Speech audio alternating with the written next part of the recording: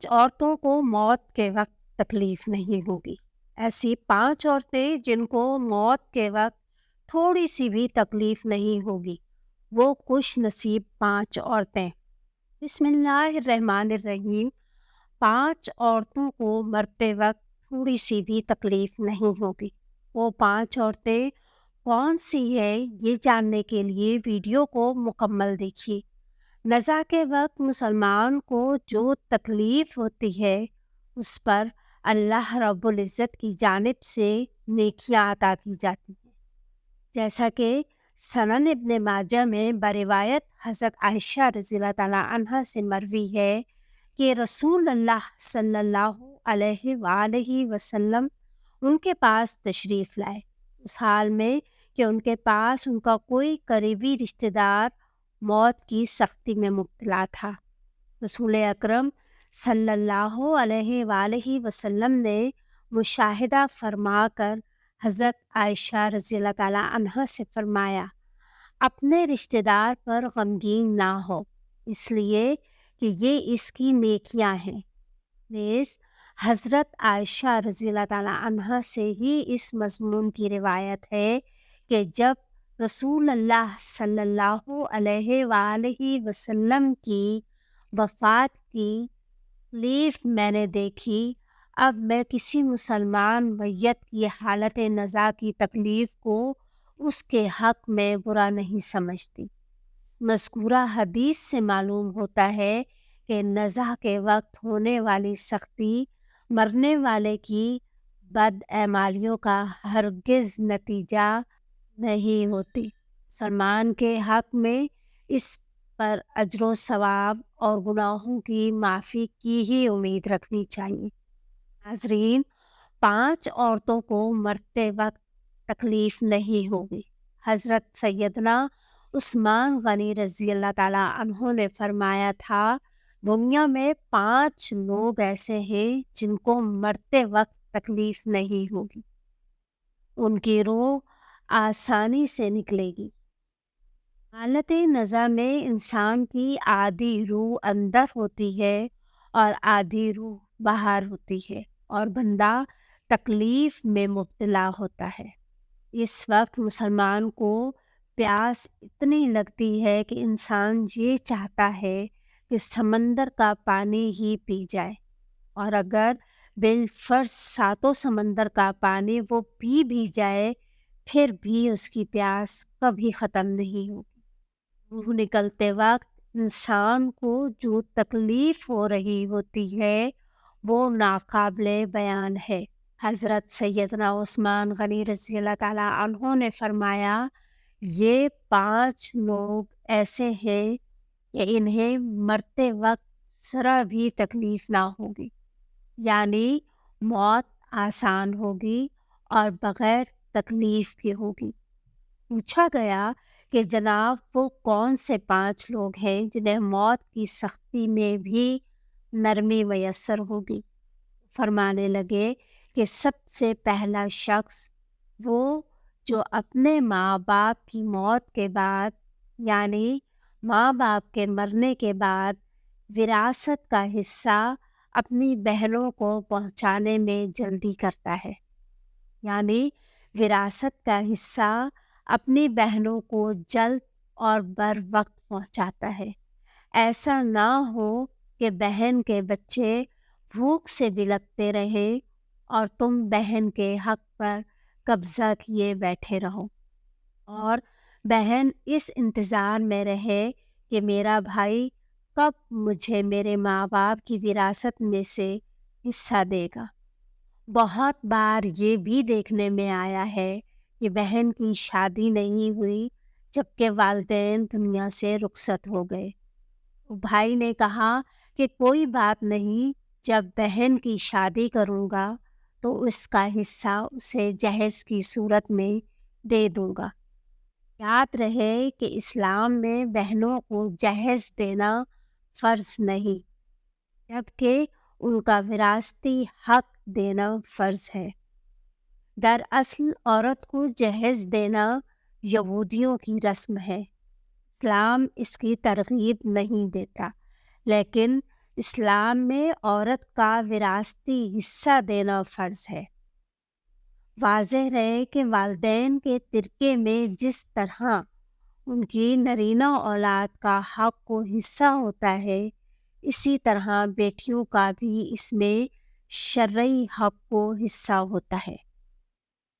والدین کے انتقال کے بعد ان کے ترکے پر بیٹوں کا خود تنہا قبضہ کر لینا اور بہنوں کو ان کے شرعی حصے سے محروم کرنا ناجائز اور سخت گناہ ہے۔ بھائیوں پر لازم ہے کہ بہنوں کو ان کا حق و حصہ اس دنیا میں دے دیں، ورنہ آخرت میں دینا پڑے گا، اور آخرت میں دینا آسان نہیں ہوگا۔ حدیث مبارکہ میں اس پر بڑی وعیدیں آئی ہیں۔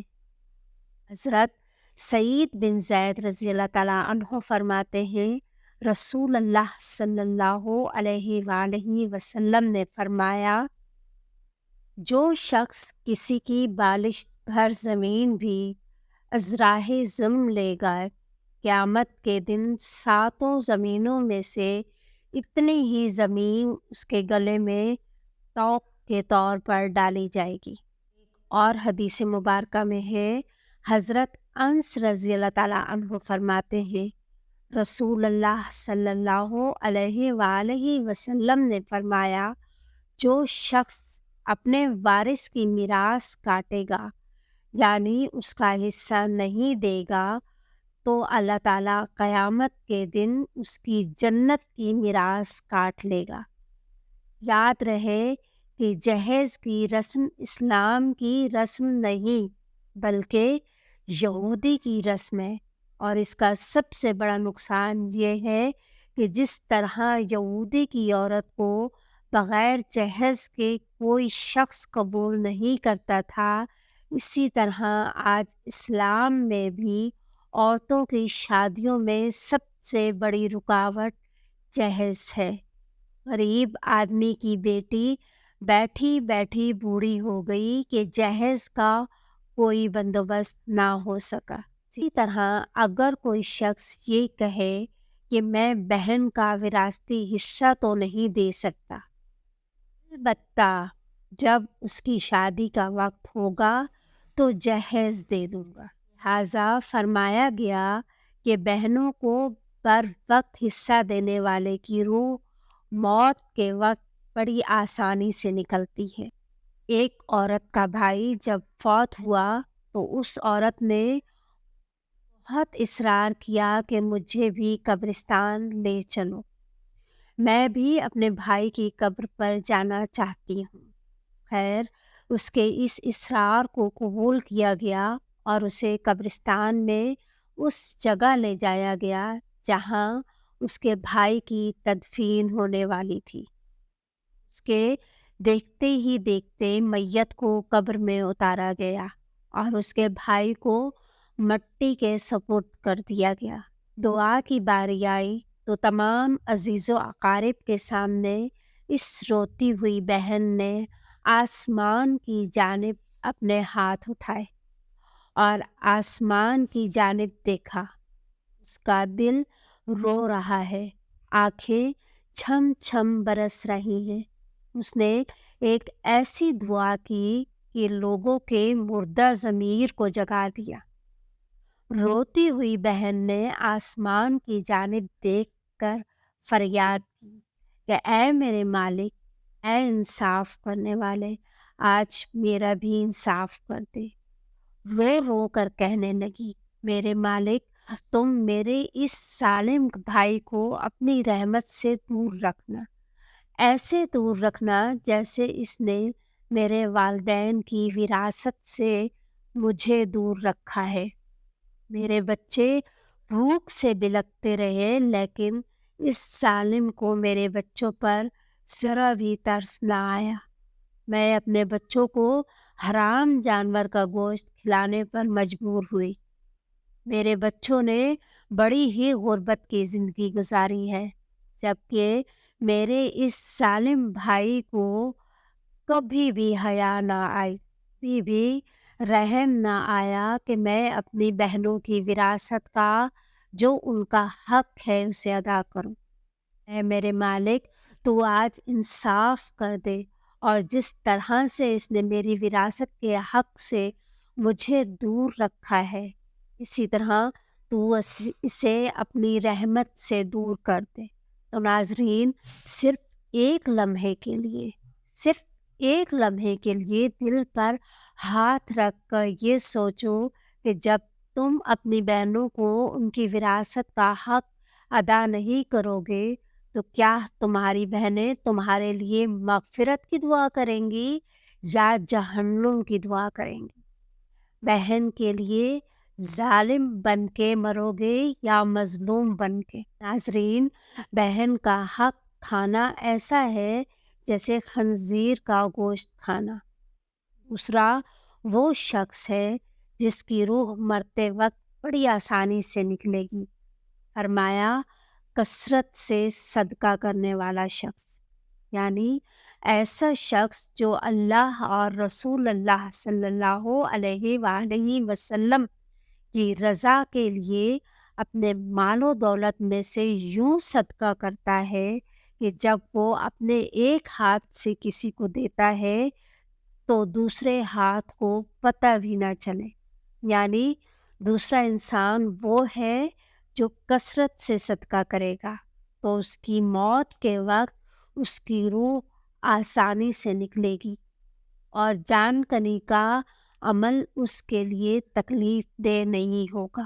نمبر 3، ایسا انسان جو اپنی فیملی سے اچھا سلوک کرنے والا ہے، یعنی اپنے ماں باپ، بیوی بچوں اور بہن بھائیوں سے نرم دلی کا رویہ رکھنے والا ہے، اپنے بیوی بچوں سے پیار کرنے والا ہے، حلال کا لقمہ کما کر اپنے بیوی بچوں کی کفالت کرنے والا ہے۔ بزرگان دین فرماتے ہیں کہ جب رزق تنگ ہونے لگے تو دسترخوان کو وسیع کر لیا کرو، یعنی اپنے بیوی بچوں پر خرچ کرنا بھی صدقہ ہے، کھلانا پلانا صدقہ ہے۔ لہٰذا ایسا شخص جو اپنی فیملی پر خرچ کرتا ہو اور ان سے حسن سلوک کرتا ہو تو جب وہ دنیا سے رخصت ہوگا تو اس کی روح نکلنے میں آسانی ہوگی اور اسے کوئی تکلیف نہ ہوگی۔ اسی طرح حضرت عثمان غنی رضی اللہ تعالیٰ عنہ نے فرمایا جو شخص یہ سوچ کر نماز ادا کرتا ہے کہ جو نماز وہ ادا کر رہا ہے وہ میرے نبی صلی اللہ علیہ وآلہ وسلم کی آنکھوں کی ٹھنڈک ہے۔ نماز دین کا ستون ہے، نماز مومن کی معراج ہے، اسلام و کفر میں تفریق ہے، تو 5 وقت کا نمازی موت کے وقت کسی قسم کی سختی میں مبتلا نہ ہوگا۔ پھر فرمایا 5واں وہ شخص ہے جو قرآن کی تلاوت کرتا ہو، یعنی خود بھی قرآن پڑھتا ہو اور دوسروں کو بھی قرآن سکھاتا ہو۔ پھر فرمایا راتوں کی تنہائیوں میں اٹھ اٹھ کر قرآن پڑھا کرو اور قرآن پڑھتے وقت رویا کرو۔ فرمایا کہ اگر رونا نہ بھی آئے تو رونے کی کوشش کر لیا کرو۔ حضرت علی حجویری گنج بخش رحمۃ اللہ علیہ سے کسی نے پوچھا کہ حضرت اگر رونے کی کوشش بھی کریں اور پھر بھی رونا نہ آئے تو پھر کیا کریں؟ تو فرمایا کہ پھر اپنے مقدر پر رویا کرو۔ کیا تم اتنے سنگ دل ہو گئے ہو کہ تمہاری آنکھیں آنسو نہیں بہاتی؟ حضرت عائشہ صدیقہ رضی اللہ تعالیٰ عنہا کہتی ہیں کہ جب سے انہوں نے اللہ کے رسول صلی اللہ علیہ وآلہ وسلم کو موت کے وقت درپیش سختی کا منظر دیکھا ہے تب سے کسی آسان موت پر خوش نہیں ہوتی اور آسان موت نصیب ہونے کی تمنا بھی نہیں کرتی کہ وہ جان چکی تھی کہ نہ تو موت کی سختی مرنے والے کے برے انجام کی دلیل ہے اور نہ آسان موت کسی عزت افزائی کی بات ہے۔ سچ مچ ایسا ہوتا تو اللہ کے رسول صلی اللہ علیہ وآلہ وسلم کو آسان سے آسان تر موت نصیب ہوتی۔ یہ وجہ ہے کہ نہ وہ موت کی سختی کو ناپسند کرتی تھی اور نہ کسی کی آسان موت پر خوش ہوتی تھی۔ کی سختی کے بارے میں حضرت عائشہ رضی اللہ تعالیٰ عنہ سے روایت ہے کہ آپ رضی اللہ تعالیٰ عنہ فرماتی ہیں کہ میں نے رسول اللہ صلی اللہ علیہ وآلہ وسلم کو حالت نزا میں دیکھا۔ آپ صلی اللہ علیہ وآلہ وسلم کے پاس پانی کا ایک پیالہ رکھا ہوا تھا۔ آپ صلی اللہ علیہ وآلہ وسلم اس میں ہاتھ داخل کرتے اور پھر اپنے چہرے پر پھیر لیتے اور فرماتے کہ یا اللہ موت کی سختی میں میری مدد فرما۔ مختلف احادیث مبارکہ سے معلوم ہوتا ہے کہ مومن کی روح بہت آسانی سے نکلتی ہے اور روح کے نکلتے ہی اس کے لیے خوشخبریاں شروع ہو جاتی ہیں کہ کافر کے بارے میں آتا ہے کہ اس کی روح انتہائی سختی کے ساتھ قبض کر لی جاتی ہے۔ اسی وقت سے ہی اس کے برے احوال شروع ہو جاتے ہیں۔ متعدد حدیث مبارکہ میں بھی یہ مذکورہ ہے کہ اللہ تعالیٰ نے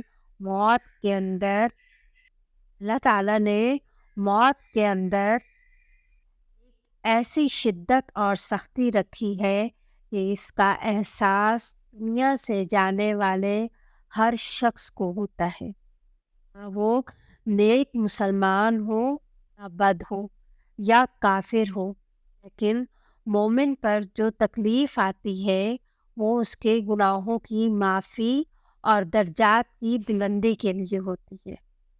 کہ کافر پر جو تکلیف اس کے بد اعمالیوں کی سزا کے طور پر آتی ہے۔ ایک حدیث میں آتا ہے کہ مومن گناہ کرتا ہے، اس وجہ سے اس پر موت کے وقت سختی کی جاتی ہے کہ اس کے گناہوں کا کفارہ ہو۔ کافر بھی نیکی کے کام کرتا ہے تو اس پر اس کی موت کے وقت کچھ آسانی کر دی جاتی ہے کہ اس کے ان اچھے کاموں کا بدلہ ہو۔ اس حدیث سے یہ بات ثابت ہوتی ہے کہ ہر شخص کی موت کی دنیا میں کیے گئے اچھے اور برے اعمال کے مطابق ہوتی ہے۔ حضرات اکرام اور محدثین رحمۃ اللہ علیہ نے یہ لکھا ہے، مومن کو جو بھی تکلیف ہوتی ہے وہ تکلیف اس کے گناہوں کی بخشش کے لیے ہو یا اس کے درجات کی بلندی کے لیے ہو، حالت نزا یعنی عین روح نکلنے کے وقت سے لے ہوتی ہے۔ جب اس کی روح نکل رہی ہوتی ہے تو اس وقت اللہ تعالیٰ اس کی تمام تکالیف کو دور فرما کر سہولت اور آسانی سے قبض کر لیتے ہیں، آنے والے مراحل بھی آسان فرما دیتے ہیں۔ اللہ پاک سے دعا ہے کہ ہم سب مسلمانوں کی موت کے وقت کی سختیوں کو دور فرما کر ہمارا خاتمہ ایمان پر نصیب فرمائے۔ آمین ثم آمین۔ کرتی ہوں کہ آج کی تحریر آپ کو ضرور پسند آئی ہوگی۔ مزید اچھی تحریروں کے لیے ہمارے چینل کو سبسکرائب ضرور کیجیے۔ اپنا بہت خیال رکھیے گا، دعاؤں میں یاد رکھیے گا۔ اللہ حافظ، فی امان اللہ۔